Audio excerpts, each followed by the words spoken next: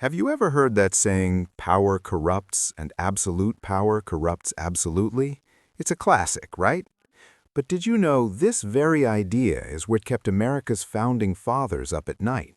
It's the ghost that haunted the entire creation of the United States. Today, we're going to dive deep into why these men, who were creating a new nation from scratch, were so profoundly afraid of giving any single person or group too much control.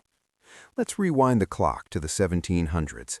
The men we call the Founding Fathers, think Washington, Jefferson, Adams, Madison, were essentially British subjects.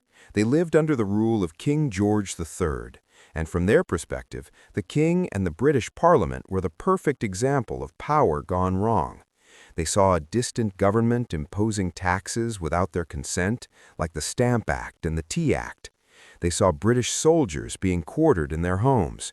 They felt their freedoms being squeezed, their voices ignored.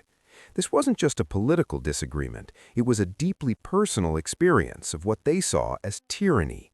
Their entire revolutionary struggle was a fight against a centralized, unchecked authority. So when they finally won their independence, the last thing they wanted to do was create another version of the very system they had just overthrown.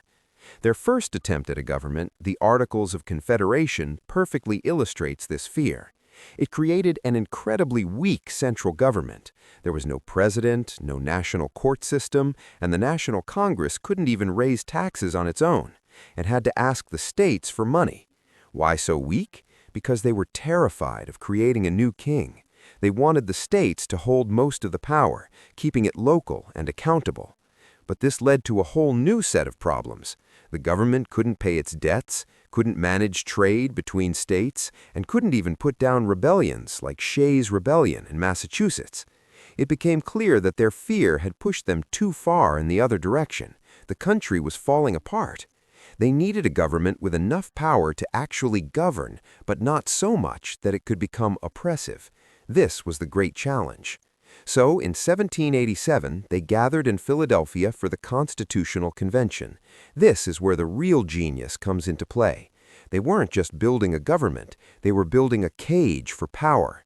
Their solution was a brilliant system of checks and balances, inspired by thinkers like Montesquieu. The idea was to divide power so that no one branch could dominate the others. First, they split the federal government into three distinct branches: the legislative, the executive, and the judicial. Congress, the legislative branch, makes the laws. But the president, the head of the executive branch, can veto those laws.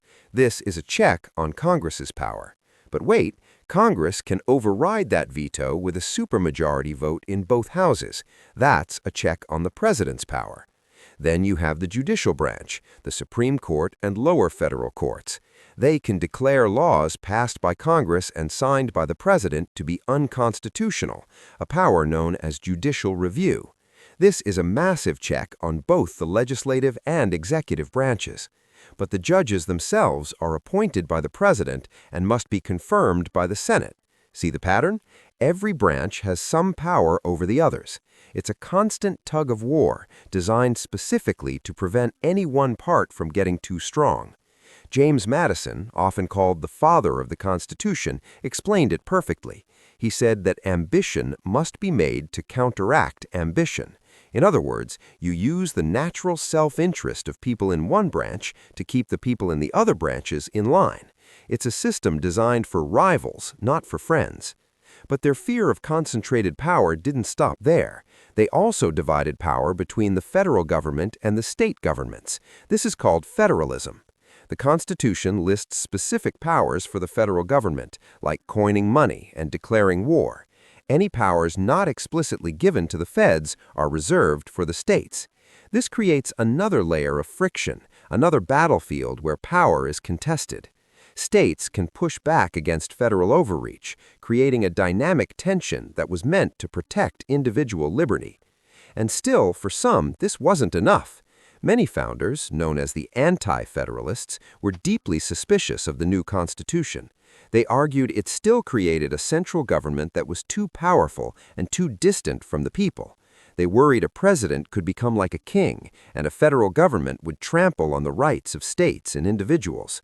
Their loud and persistent criticism led to one of the most important additions to the Constitution, the Bill of Rights. Think about it. The very first 10 amendments are not a list of things the government gives you. They are a list of things the government is forbidden from doing. It can't restrict your speech, your religion, or your right to assemble. It can't take your property without due process. The Bill of Rights is the ultimate expression of the founders' fear.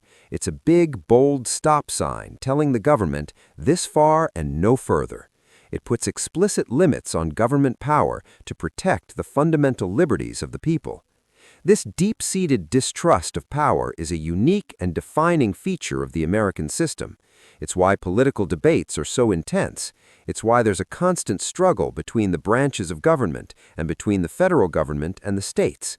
The system was designed to be slow, inefficient, and full of conflict. To the founders, that wasn't a bug, it was the primary feature. Gridlock, to a certain extent, was a sign that the system was working, that no single faction could easily impose its will on the entire country. They understood human nature. They knew that people, even with the best intentions, are tempted by power. They didn't trust in the virtue of future leaders. Instead, they trusted in a well-designed system that would channel and restrain the ambitions of those leaders. They built a government based on a healthy dose of pessimism about human nature, but a profound optimism that a government of laws, not of men, could endure. So the next time you see a political battle in Washington, or a court striking down a law, or a state suing the federal government, remember, it's not just modern-day bickering. You're watching a 250-year-old fear play out in real time. You're seeing the ghost of King George III and the echoes of the founders' obsession with liberty. You're witnessing the messy, complicated, and enduring legacy of a group of revolutionaries who feared power so much that they chained it in a constitutional cage. Thanks so much for watching. If you found this interesting, please hit that like button and subscribe for more deep dives into history and government. See you in the next video.